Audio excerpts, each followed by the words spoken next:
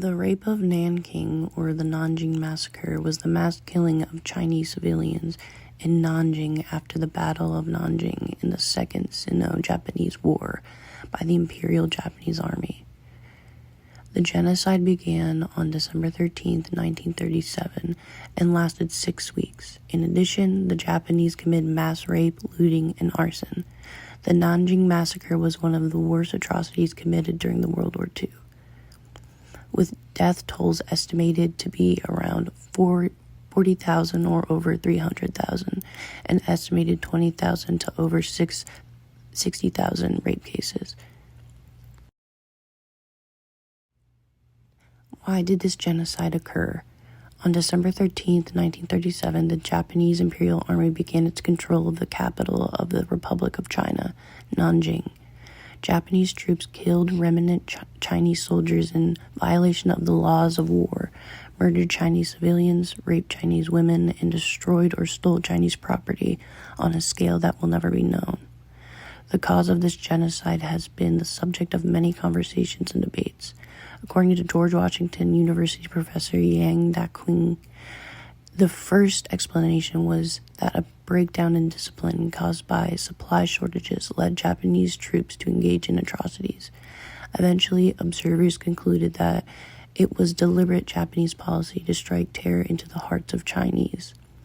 However, an alternative cause could be militarism. Japanese soldiers were products of a traditional society, neither traditional nor modern, and the declining norms against the violence that restrained them in Japan disappeared once they arrived in China.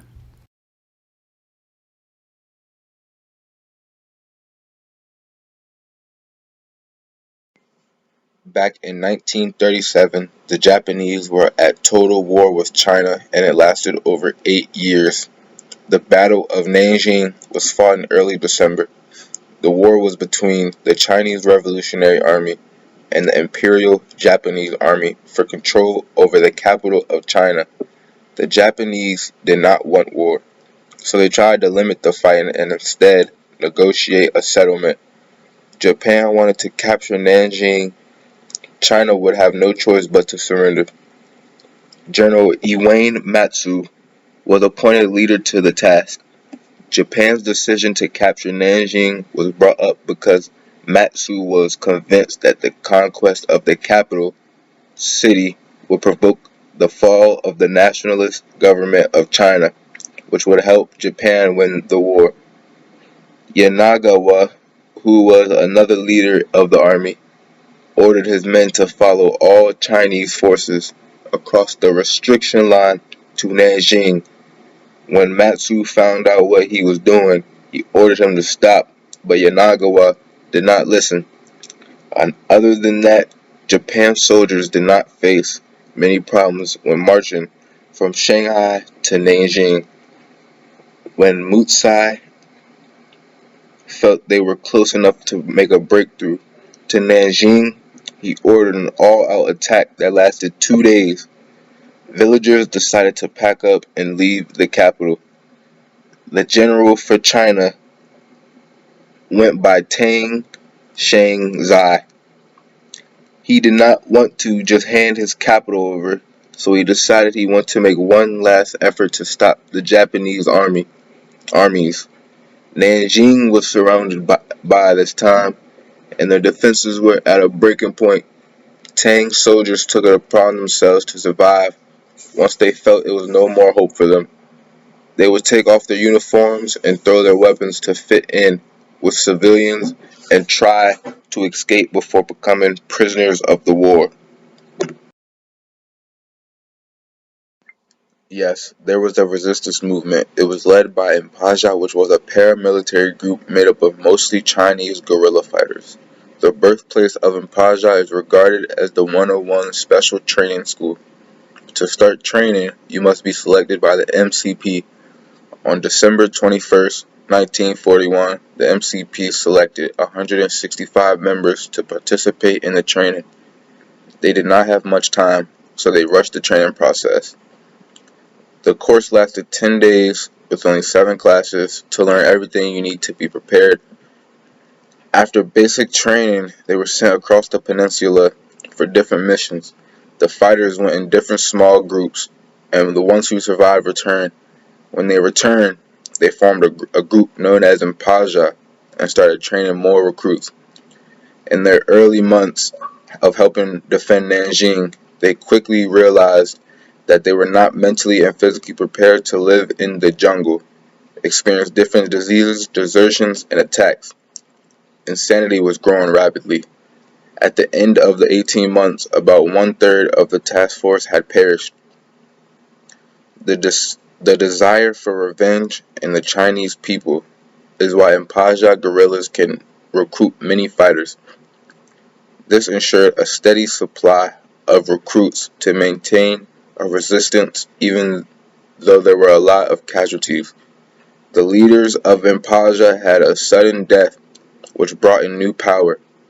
With the new leaders and commands, they decided to replace the old freedom fighters with fresh young faces instead.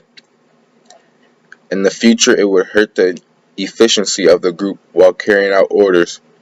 After a while, the Impaja was able to gain trust, respect, and sympathy from the Chinese communities in Malaya. These communities supplied them with food, supplies, and intelligence. Were the Japanese ever held accountable for their actions in Nanjing? After the surrender of Japan, some Japanese military leaders were put on trial for war crimes. General Iwan Matisu, Lieutenant General Hiso Tani, and Foreign Minister Kiko Hirota were indicted for war crimes. On November 12, 1948, Matisu, Hirota, and 5 other convicted Class A war criminals were sentenced to death by hanging. Additionally, 18 others were given lesser sentences. General Hiso Tani was executed in China on April 26, 1947. However, other Japanese military leaders in charge of the Nanjing Massacre were not tried. For example, Prince Kanikahito, chief of staff from the Imperial Japanese Army, died before the war's end in May 1945. Prince Asaka was granted immunity because he was a member of the Imperial Army, or Imperial family, and Prince Asaka's aide, Isamu Cho, committed suicide during the Battle of Okinawa. Prince Asaka denied the existence of any massacre and claimed never to have received complaints about the conduct of his troops. Was there a long history of less than good relations between China and Japan? In the early 1980s, during the Meiji period of Japan, 1868 to 1912, and after the defeat of China in the First Sino-Japanese War of 1984 to 85, Japan started to consider China as a colony that had to be explored and conquered. This Japanese perception of China as a territory to be conquered will continue as a consideration until 1930 at the Worldwide Depression, bringing China again as an expansion territory to Japan. Japan started claiming China as a manifest destiny, like Europeans and Americans claim Asia and Africa. In 1930, Colonel Ishiwara wrote, "Japan's survival depends upon a favorable resolution of the problem of Manchuria and Mongolia. Therefore, Japan must expand overseas to achieve political stability at home, although this will lead to the Asian Pacific world." The Manchurian incident in 1931 on September 18, the Japanese military outbreak provoked the beginning Japanese military aggression in East Asia. The act that split the straw in the confrontation between China and Japan was an explosion close to South Manchurian Railway. This act led the Japanese troops to take all the territories around Manchuria and itself.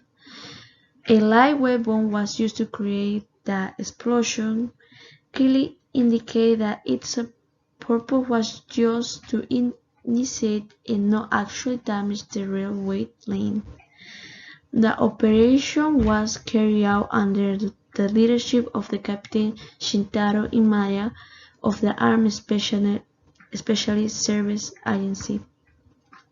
This evidence shows that China and Japan didn't have a good relationship even before the genocide of Nanjing, because this genocide started with the First Sino-Japanese War. As you can see here in the right-hand picture, invasion of Manchuria in 1931. This image here talks about the Japanese troops entered to the Manchurian on horseback. What role, if any, did Japanese culture play in provoking the genocide?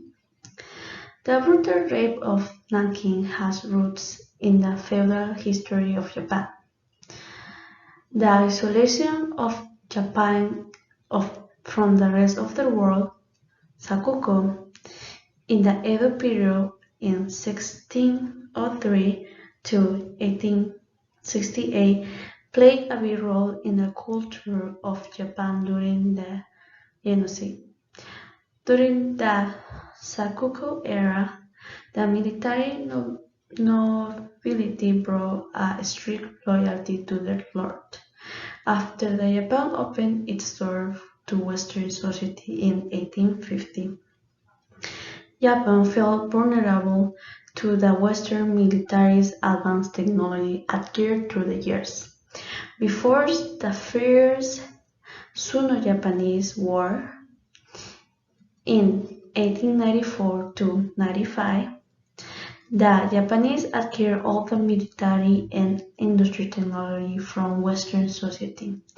After the victory of the First Sino-Japanese War, the impressive Japanese power in their military will mark in the Japanese minds to make an empire in Asia. The Western power had a good relationship between Japan. After World War I, Japan felt rising indifferent from the Western powers. The military success of Japan generated a lot of jingoism and xenophobia in their military society. This xenophobia caused that society concept from the emperor taught Japanese society to respect and venerate the emperor. This brings the feeling of racial superiority in Japan and the right to conquer Asia. This concept to superiority and divinity had more impact on the Japanese military society. The brutal massacre in the rape of Nanking show how the Japanese had a pervasive racism towards their enemies, raped more than 80,000 women and killed 300,000 citizens. In World War II, one major cause of Nazi racism was to feel superior than other races. Like in the rape of Nanking, racial superiority played a big role in the Japanese culture. Like we see on the right-hand picture, we see how cruelty the people was killed on the rape of Nanking. What role did foreigners play in Nanking during Japanese control of the city? The foreigners, mainly Westerners, who remained behind had established the Nanjing safety zone. Additionally, the Westerners formed a committee called the International Committee for the Nanking Safety Zone on November 22, 1937.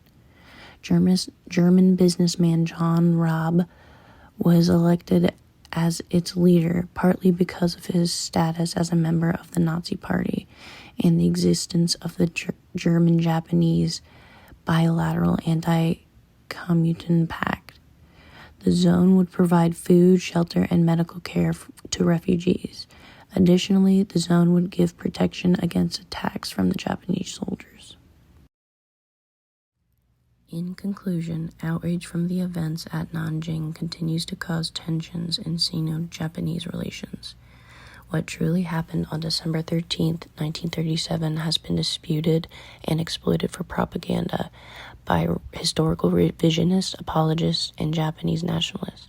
Deniers will claim that the number of deaths has been inflated, while some deny the massacre ever occurred. In 1985, a memorial was built by the Nanjing municipal government in memory of the 300,000 victims of the massacre.